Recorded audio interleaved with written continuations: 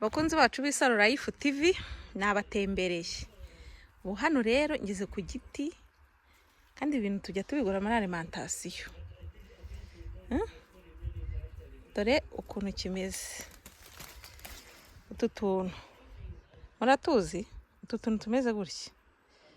Utu tuntu tumeze gutya ngeze ku giti cyatwo. Muri alimentation turahenda?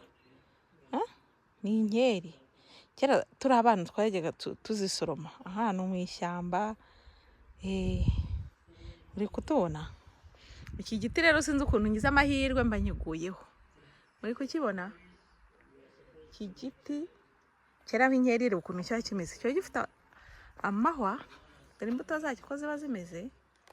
Muri kuzibona? Izi ni inkeri.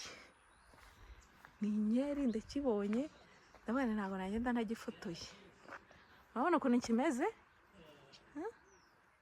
Dore ukuntu kimeze. Izi nkeri ukuntu zimeze.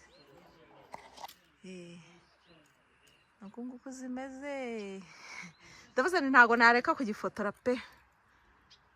Ncyara haba hari ibintu byinshi. Haba hari ibintu byinshi. Iyo natembereye rero mba numva ntahita ku kintu ntabanje kukireba neza. Nanasoromye ndi kurya. Ndi kurya ngo numva ukuntu niyibutse ukuntu kera byabaga bimeze. Inkeri. Inkeri. Ndazibutse. Ndazibutse inkeri rwose ukuntu ziba zimeze. Ndazishyikira se.